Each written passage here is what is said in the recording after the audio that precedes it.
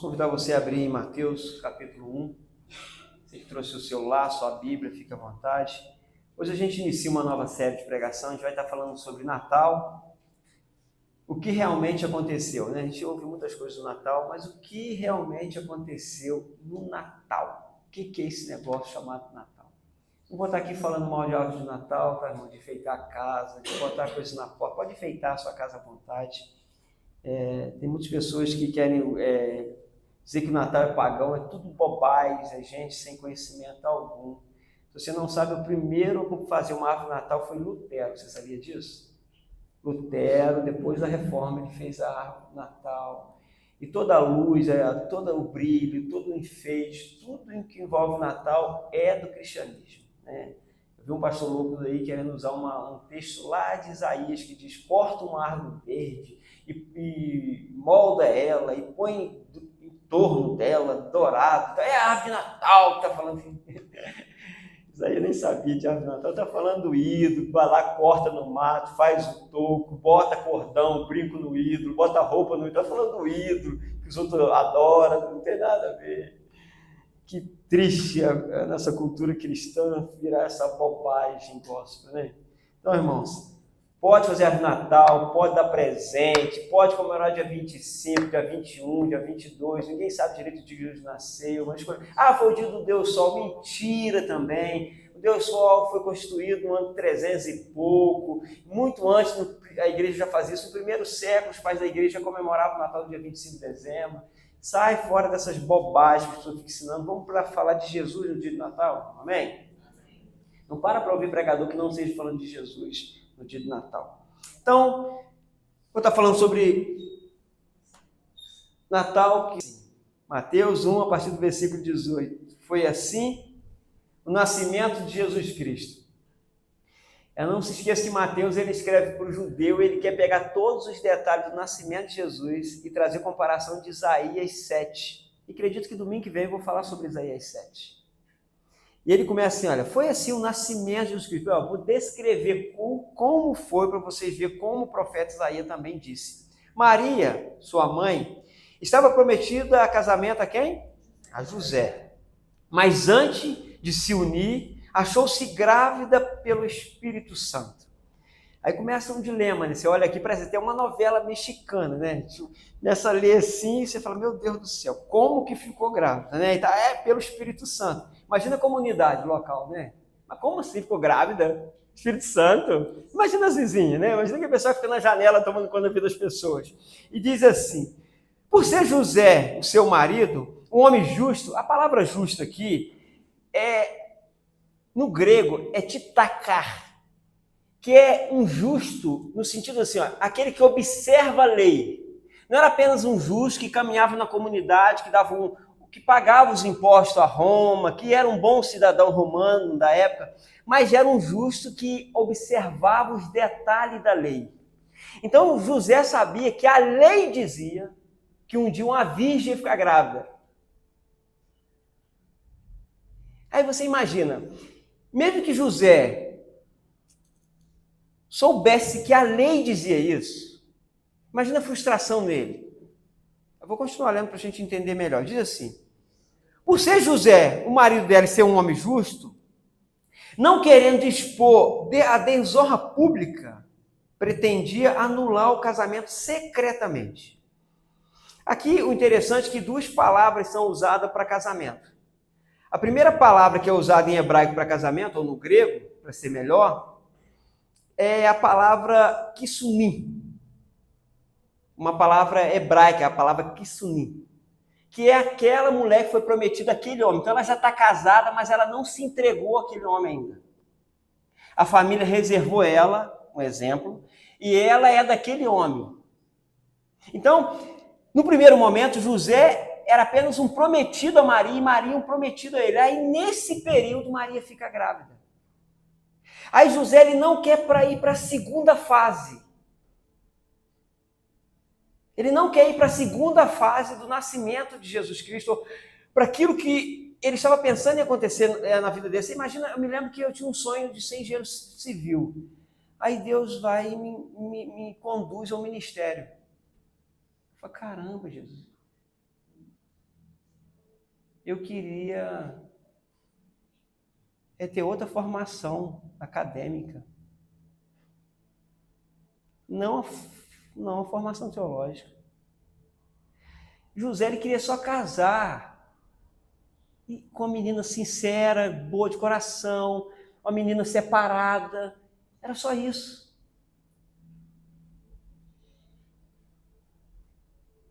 Aí José passa para levar um bombom lá para Maria. Maria fala assim: José, a menstruação não chega há 3 meses.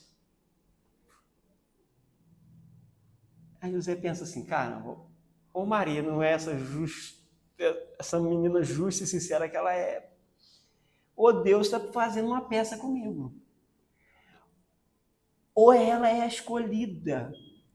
Aí Jesus me põe nesse casamento. Eu ter que caminhar com ela, com filho no ventre.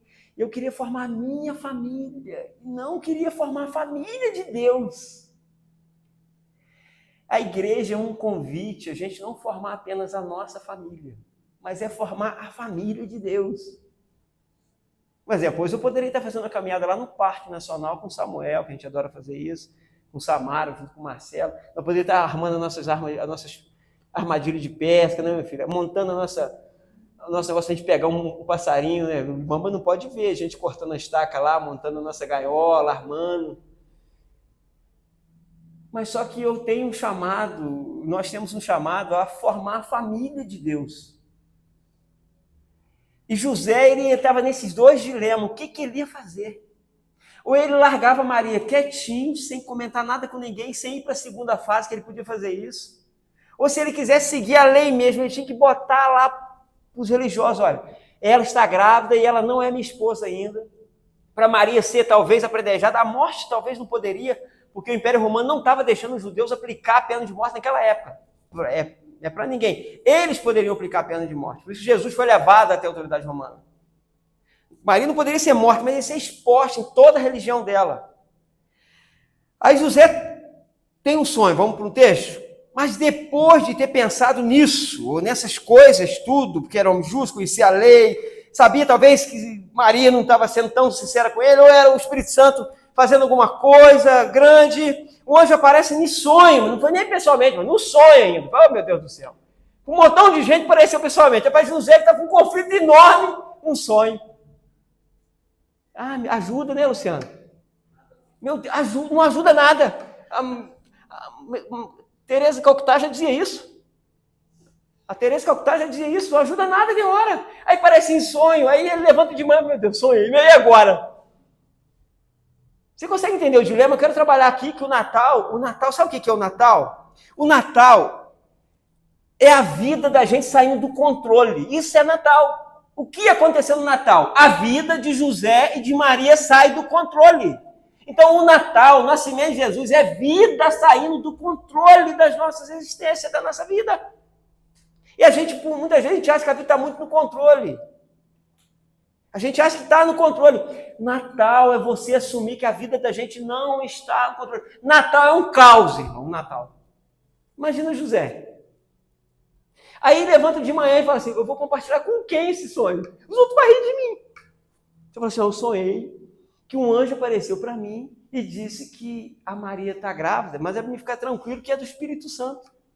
E José nem sabia desse tal do Espírito Santo, irmão. Na fé judaica, essa ideia do Espírito Santo não era clara. Isso é uma clareza na construção cristã. Imagina ele trocando ideia com um amigo dele. Eu conversando com um amigo meu, o Marcinho, que eu perdi há muito tempo atrás. Eu conversando com o Marcinho, falei assim: a Cristina está grávida. E eu sonhei que ela está grávida do Espírito Santo, que um anjo apareceu para mim. Eu imagino o Marcinho rindo da minha cara. Eduardo, vai cair nessa história. Gente, o negócio estava um caos na vida de José, que ele não tinha nem com quem compartilhar. Ele só conseguiu compartilhar isso depois que ele ficou sabendo que o filho dele socialmente estava andando sobre as águas, multiplicando pães, fazendo água transformar em vinho. Você consegue entender que o Natal, quando ele chega, ele é um caos? Ele tira a vida do controle? Eu sonhava em ser engenheiro. E o interessante é que... Mas Deus, ele se importa com aquilo que a gente se importa. Porque eu tive o prazer de entrar na faculdade de engenharia. E chegou no 6º período, eu falei assim, eu vou parar. A decisão foi quem? Foi minha. Deus falou, tu pode até continuar, você pode finalizar ela. Eu falei, não, eu vou parar. Eu tenho coisas mais grandiosas, mais importantes para cuidar. Minha família, meus filhos, o trabalho, as pessoas que Deus tem colocado do meu lado para ouvir o Evangelho. Então José, a vida dele sai por completo do controle. Vamos continuar lendo o texto. José não queria ir para a segunda fase do casamento judaico, que era o missuim. O missuim era a mulher se fazer mulher para o homem. Ele queria parar na primeira fase. A gente olha para mim aqui. O Natal, a gente não pode parar na primeira fase.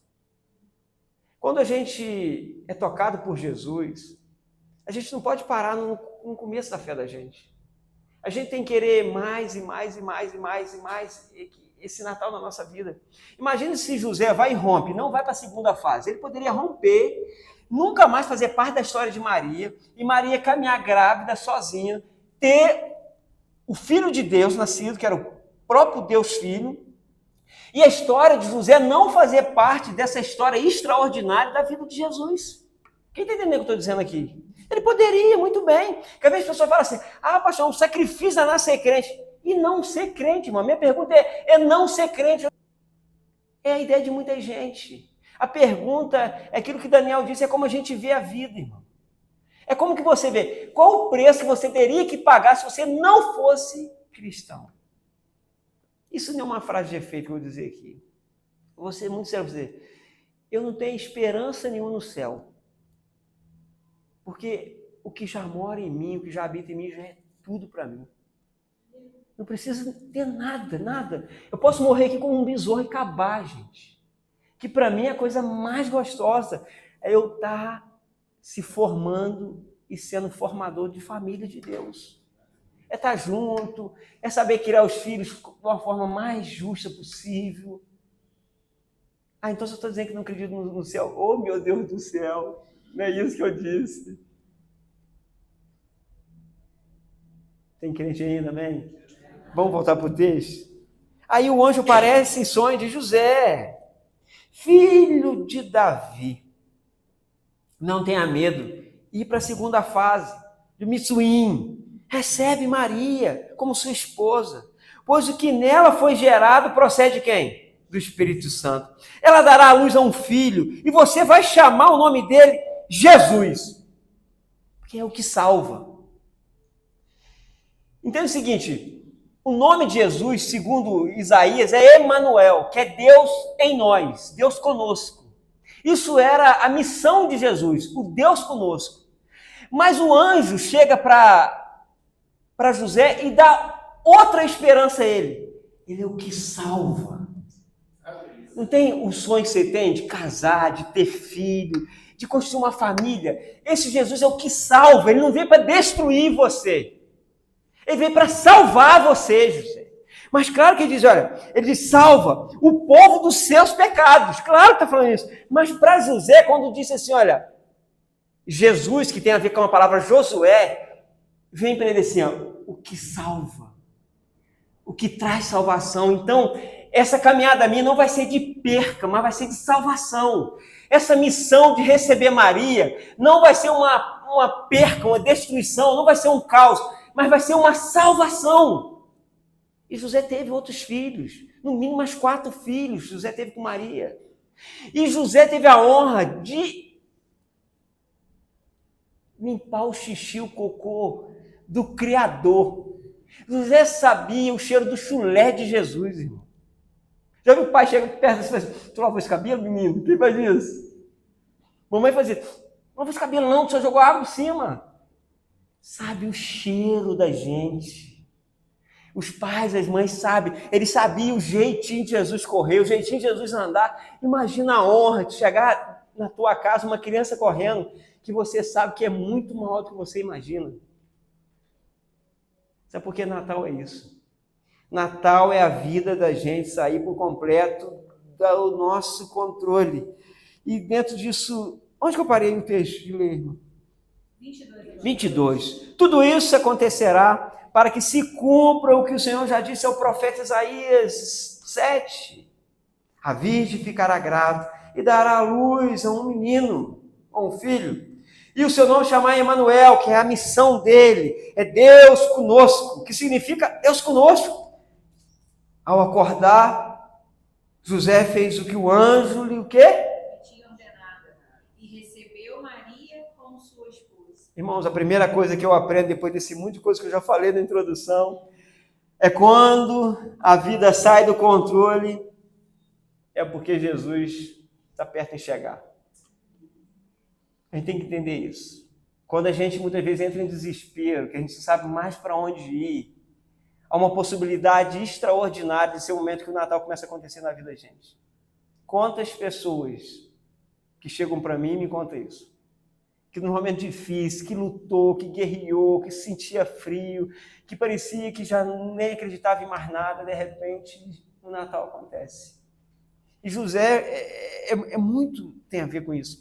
José, quando ele achou que aquela notícia má que Maria deu para ele, estou grávida, a menstruação não veio algumas semanas, eu não sei o que está acontecendo, José. Entenda uma coisa, Deus, ele começa a obra dele antes que a gente entenda as coisas.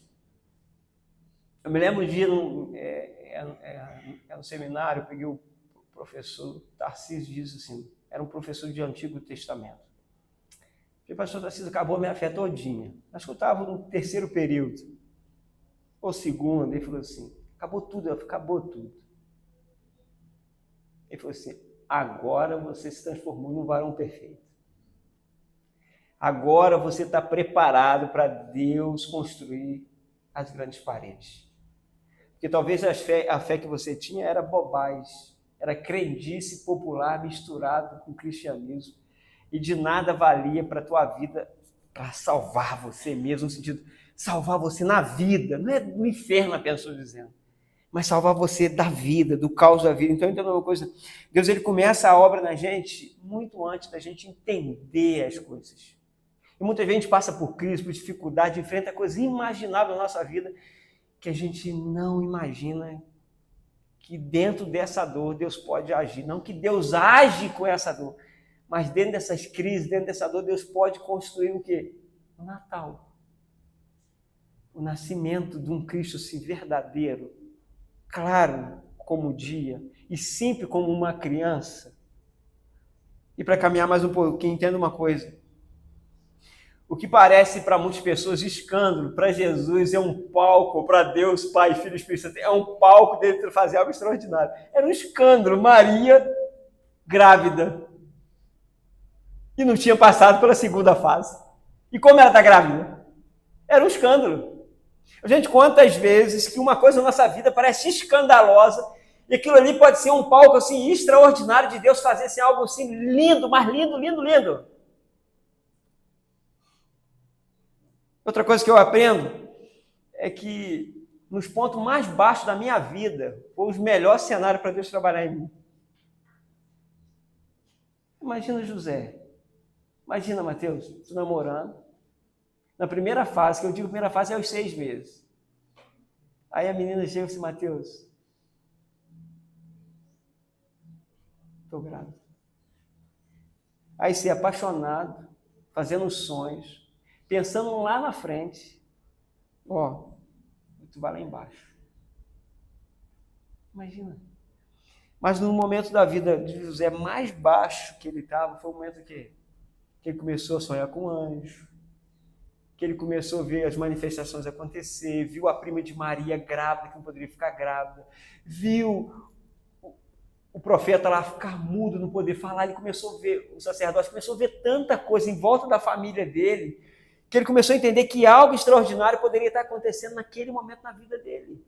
Mas o problema é que a gente não percebe, a gente pega a fase mais baixa, faz a fase mais baixa, o eixo da nossa vida, a gente quer que a vida pare ali naquela fase mais baixa. Olha para mim aqui. Você não foi chamado a permanecer na fase mais baixa da sua vida. A gente tem que entender isso na nossa vida. Esse não é o lugar que Deus escolheu para a gente. Não interessa a tragédia que você possa ter vivido. Gente, a gente lida, talvez as pessoas sentadas ao teu redor, na tua frente, para você não imagina o que essa pessoa viveu. Ou vive. Hoje está vivendo, que é o que vive. A gente não imagina as lutas e as dores que as pessoas... Às vezes as pessoas... Às vezes eu estou no auditório com 300 pessoas pregando, e às vezes uma pessoa quer conversar comigo depois ela conta a história dela e fala assim, eu não imaginava que tinha uma pessoa no auditório desse jeito me ouvindo. Mas a gente não deve permanecer na fase mais baixa da nossa vida. Aquele professor disse assim, agora você se transformou num varão perfeito, não tem mais nada agora. É a fase mais baixa da tua vida, agora você vai ser construído. E nunca ouvi tanta sabedoria em toda a minha vida. Olhando para trás hoje, no dia eu falei, é bobagem. O pastor está falando, o que o professor falou é bobagem. Hoje eu falo, que o homem sabe o que ele me disse. Entenda uma coisa, outra coisa, a segunda coisa que eu aprendo é quando a vida sai do controle, Deus, sem dúvida nenhuma, vai falar no meio do caos. Ó, José acabou, não tem jeito, vou largar a menina, vou sair fora, não vou acreditar essa profecia de Isaías, não é na minha família, não sou eu, não dá certo isso. Deus faz o quê? Fala em sonhos, Deus chama José, reforça o coração dele, e Tim Keller usa uma frase que eu gosto muito, ele diz o seguinte, Deus muitas vezes faz a sua obra mais profunda em nós, quando parece que tudo é o fim. Deus vem. Conta a história que a gente já viu isso, gente. Desse jeito. Quando a gente passa assim, ó, é o fim, acabou tudo, Deus entra e faz o quê? O extraordinário. E o que José se baseou em quê? Na palavra de Deus. E quem que é a palavra de Deus para nós hoje, gente? Quem que é? Jesus, irmão. Não é texto isolado da Bíblia. É Jesus. A Bíblia de Gênesis, Apocalipse, ela fala de uma única história. Jesus Cristo.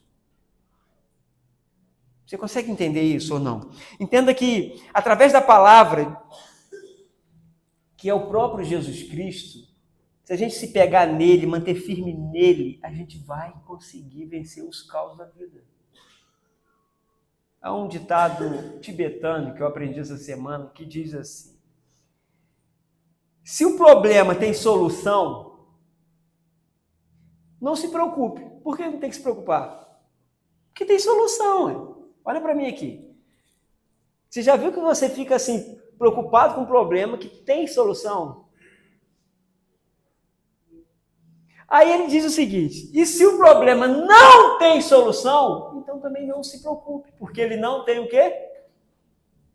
Solução. Mas o óbvio tem que virar uma frase tibetânia para a gente entender. José estava diante de uma coisa o quê? Tem solução? Maria voltar e não ficar grávida? Não, porque hoje diz assim, ela está grávida. Muitos pregam assim, muito bonito. Não, sim de Maria. Maria não deu sim nenhum, irmão.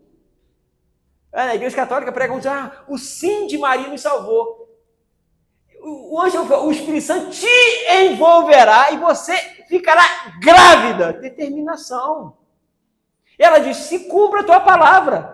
Se ela diz sim ou não, ia se cumprir. O anjo disse que ela já estava. Ela que não sabia ainda.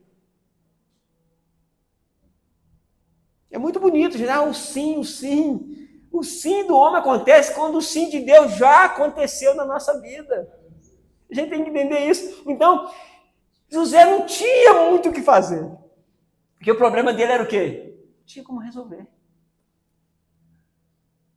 Agora era só caminhar. Tem coisa, olha para mim aqui, que não tem muita coisa o que fazer.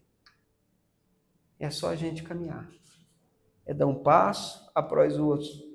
Outra coisa que eu aprendo para a gente caminhar para o fim é quando a vida sai do controle, Deus revela Emanuel. Você entende isso? Gente, muitas pessoas só conseguem encontrar o Emanuel quando a vida dela sai do controle. Não é que Deus tirou a vida dela do controle. Claro que José foi Deus que bagunçou toda a vida dele mesmo. Aqui foi. E Deus pode bagunçar, não é o natural, tá? Muitos pregadores aí botam toda a bagunça da vida da pessoa que é Deus fazendo. É Deus pesando a mão, é Deus brecha, é só essas bobagens que a gente ouve. Eu digo que é tão extraordinário que até registrou. Não é o natural de Deus. Aqui foi Deus. Deus banguçou a vida de José para o Emanuel nascer. Mas não pega isso como doutrina, irmão.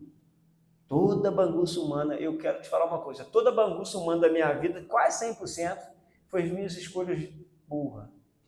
Porque nem tudo é vontade de Deus, tá, irmão? Isso é para outro dia.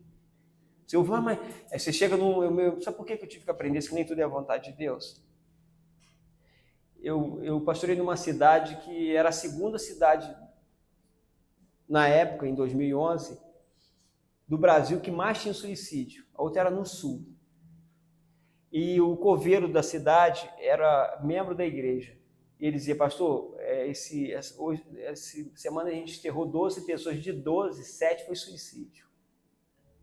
E o que eu mais fazia era velório de suicídio. Pessoas tinham suicidado. E eu tive que chegar e rever todo o que eu pensava. Dizer, isso é vontade de Deus. O profeta Ezequiel trouxe uma grande sabedoria para mim. Ezequiel diz que a vontade de Deus é que ninguém morra, mas que todos chegam a conhecer o Emanuel.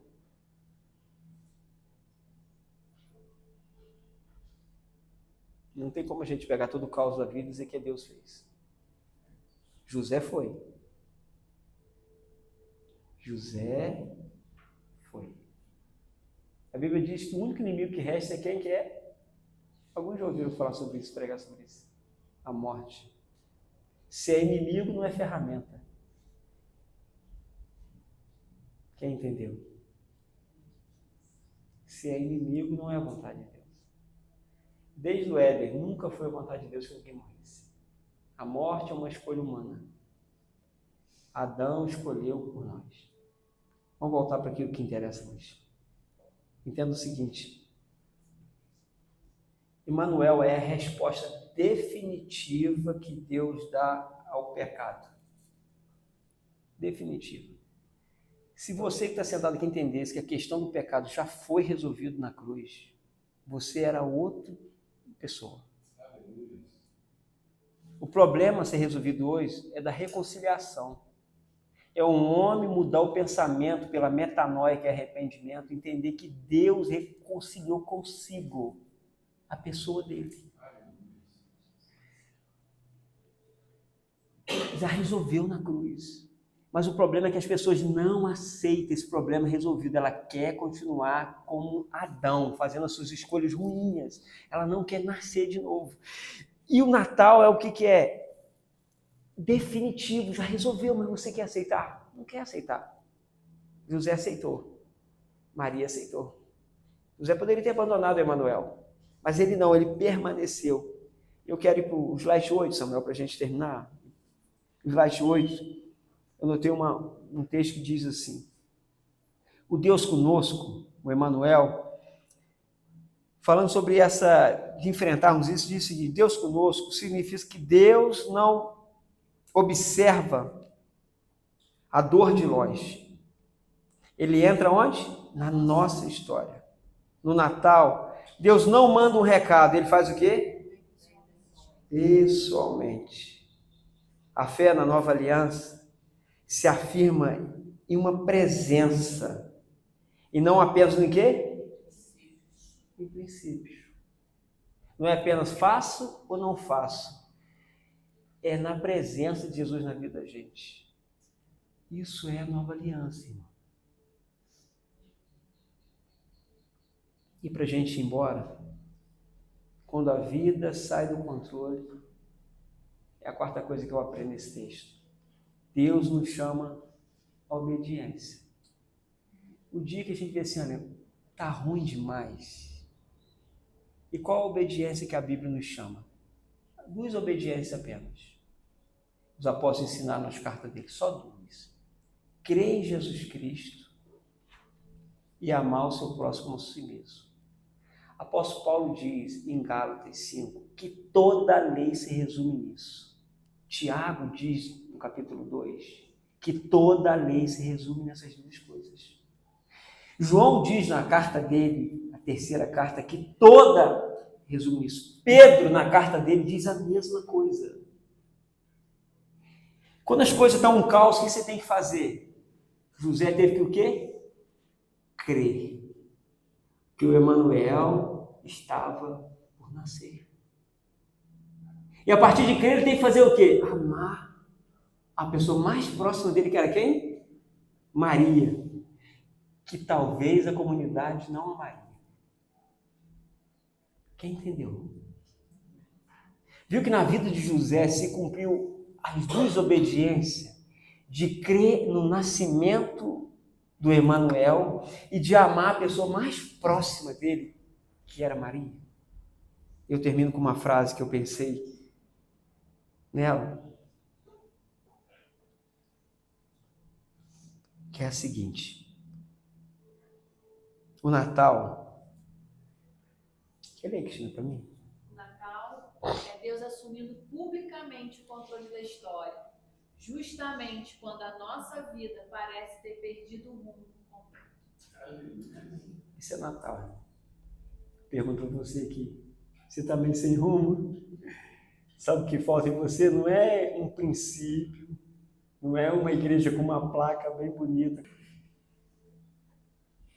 Precisa de presença. Precisa de presença. Deus conosco. Consegue entender? E quando eu pensei nesse texto de José, hoje de manhã me veio assim, um episódio da Bíblia assim, que aparentemente não tem muito a ver, que é quando Pedro foi andando sobre as águas. Quem lembra desse episódio? E Pedro estava num lugar desordenado, que era o mar, estava louco demais. E de repente, Pedro vê um fantasma, que era Jesus, e Jesus fala assim, não, sou eu, não é o fantasma. E Pedro fala assim, deixa eu andar sobre as águas. Aquilo era importante para quem? Para Pedro. Aí Jesus falou assim, então pode vir. Aí Pedro vem, aí Pedro acontece com ele? Começa a afundar. Aí o que o Emanuel faz em meio ao caos? O Emanuel traz ele de volta. Se você vê, Pedro ficou confuso, por quê? Por causa das coisas ao redor dele. José estava confuso, por quê? Por causa das coisas ao redor dele. A vida cristã, quem caminha com Jesus, muitas vezes vai passar por momentos difíceis, de escuridão, de dificuldade. E muitas vezes nas nossas próprias escolhas mesmo. A de José não foi o caso, a de Pedro ele escolheu andar sobre as águas.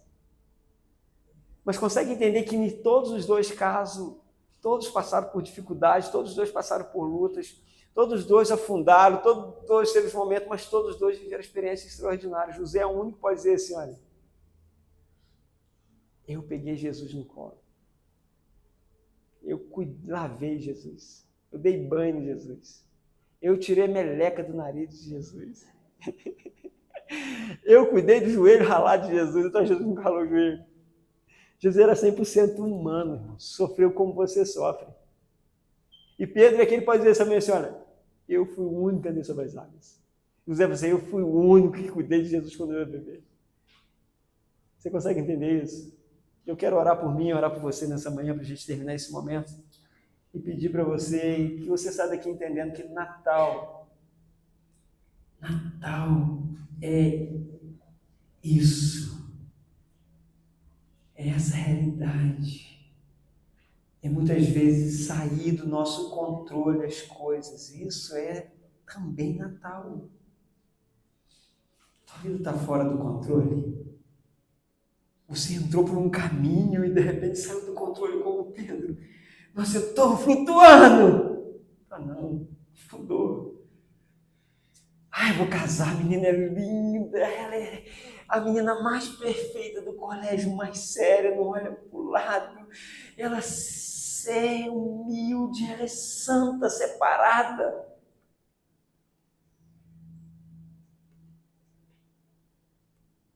Eu não sei. Mas eu sei de uma coisa. O Emanuel se faz presente. Pela fé eu creio nisso. Vamos orar. Se você entrou aqui nessa manhã